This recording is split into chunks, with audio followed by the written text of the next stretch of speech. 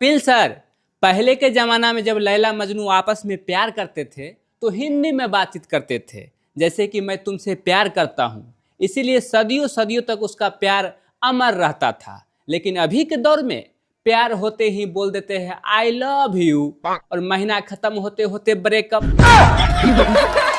बात तो सही है। और आपको तो पता ही है कि ऐसा लगता है कि आई लव यू का जन्म चीन में हुआ था। चले तो चांद तक और ना चले तो शाम तक।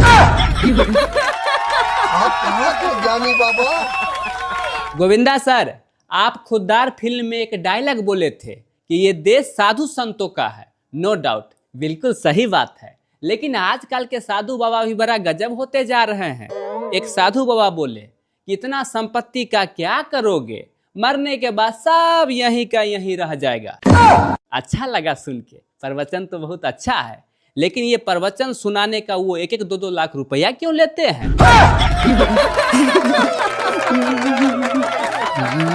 कपिल सर, हम लोग पत्नियों के बारे में तो मजाक उड़ाते ही रहते हैं। हाँ। तो आइए आज पत्नी पर ही जोक्स खत्म करते हैं। पत्नी खुश तो पति भी खुश, लेकिन जब पति खुश तो पत्नी टेंशन में। ये क्यों खुश है?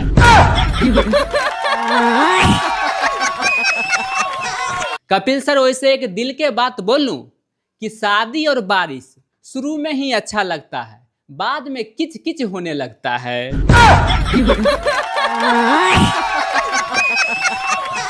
कपिल सर, आइए हम लोग कुछ बचपन की यादें ताजा कर लेते हैं। वाह जी, बोलिए प्लीज। अभी के दौर में तो 5G 6G आ चुका है, फिर भी सही से नेटवर्क नहीं पकड़ते रहता है। लेकिन बचपन में पापा एक ही थप्पड़ लगाते थे, उसी में 10G पकड़ लेते थे। उसके बाद वो पूछते थे बता सही से कि रेडियो को किसने खराब किया? पापा मैंने किया। अच्छा ये बता कि स्कूल क्यों नहीं गया? क्या सही में तुम्हारा पेट दर्द करता था? नहीं पापा, होमवर्क पूरा नहीं किए थे।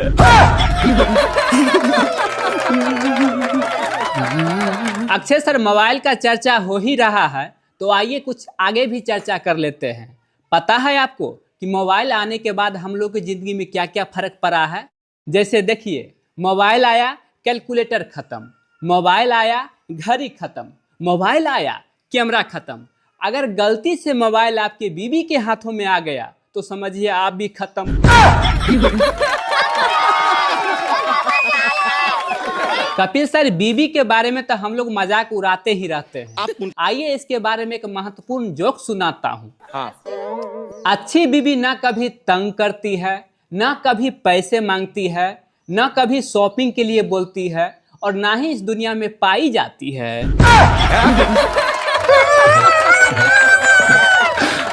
हाँ सर, इसलिए भगवान जी जो बीवी को आपको गले में लटका दिए हैं उसको ढोते रहिए।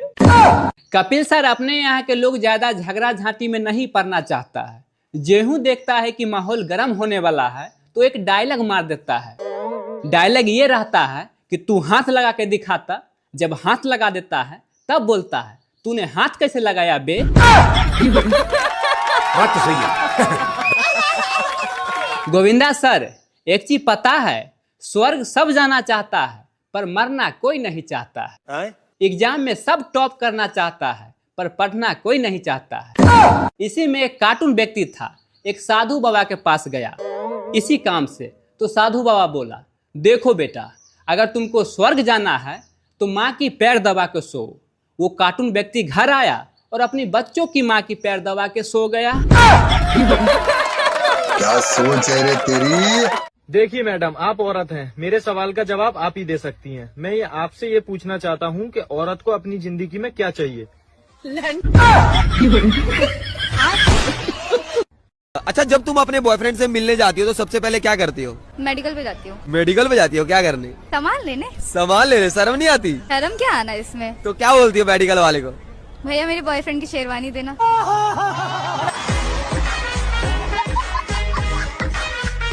वैसे तुम्हारी शादी से पहले कितनी गर्लफ्रेंड थी?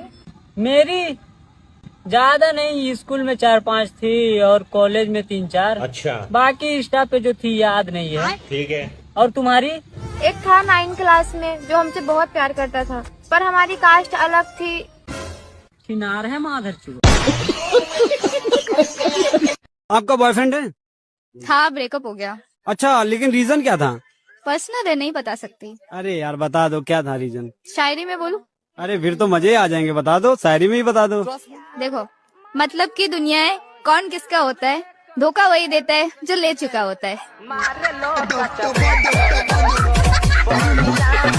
माननीय अध्यक्ष महोदय, एक जमाना था जब डाकू अमीरों को लूटकर गरीबों में बांट दिया करते थे। अब ऐसे देशभक्त आए हैं जो गरीबों को लूटकर अमीरों में बांट रहे हैं।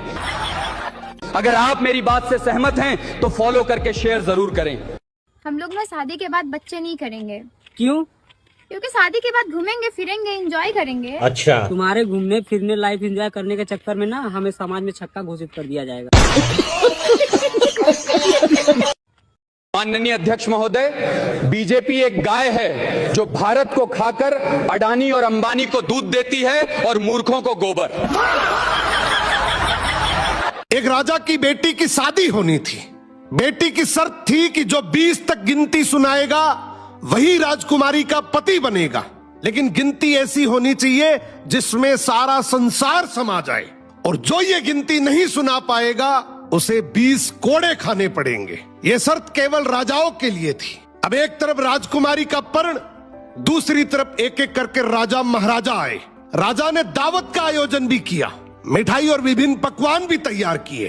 पहले सभी दावत का आनंद लेते, फिर सभा में राजकुमारी का स्वयंवर शुरू होता। एक से बढ़कर एक राजा महाराजा आते हैं, सभी गिनती सुनाते हैं जो उन्होंने पढ़ी हुई थी, लेकिन कोई भी ऐसी गिनती नहीं सुना पाया जिससे राजकुमारी संतुष्ट हो जाए। अब जो भी आता कोड़े खाकर चला जाता। कुछ राजा तो आगे ही नहीं आए। उनका कहना था कि गिनती तो गिनती होती है। राजकुमारी पागल हो गई, केवल हम सबकी बेइज्जती करवाना चाहती हैं। ये सब नजारा देखकर एक हलवाई हंसने लगा, बोला डूब मरो राजाओं, आप सबको 20 तक की गिनती नहीं आती। ये सुनकर सभी राजाओं ने उसे दंड देने को कहा। राजा ने उससे पूछा, क्या तुम गिनती जानते हो? यदि जानते हो तो सुनाओ। हलवाई बोला, हे राजन, यदि मैंने गिनती सुनाई तो क्या राजकुमारी मुझसे शादी करेगी? क्योंकि मैं आपके बराबर का नहीं हूं। ये सुनते ही पास बैठी राजकुमारी बोली, यदि तुम ये सही से गिनती सुनाओगे तो मैं तुमसे जरूर शादी करूंगी, अगर नहीं सुना पाए तो तुम्हें तो मृत्युदंड मिलेगा। आजकल माएं अपने बेटी से पूछती हैं कि बेटी तुझे कैसा ससुराल चाहिए, तो बेटियों का जवाब यही होता है कि माँ ससुराल कैसा भी हो पर जियो का नेटवर्क फुल आना चाहिए। दुनिया में दो ही लोग एक दूसरे को बड़ी हसरत से देखते हैं, कुंवारे शादीशुदा को और शादीशुदा कुंवारे को। अच्छा, कहीं शादी में जाओ तो लोग कहते हैं भैया खाना खा के ही जाना। अब उन्हें कौन समझाए कि हम यहाँ खाना खाने ही तो आए हैं, और क्या हम यहाँ मंत्र थोड़ी फूकने आए हैं। एक समय था रात के 12 बजे के बाद भूतों का राज हुआ करता था, लेकिन आजकल इंस्टाग्राम और फेसबुक ने इनका भी रोजगार छीन लिया। औरतों को मनाना इतना आसान नहीं होता है, क्योंकि कभी कभी उन्हें खुद नहीं पता होता है कि वो किस लिए नाराज हैं।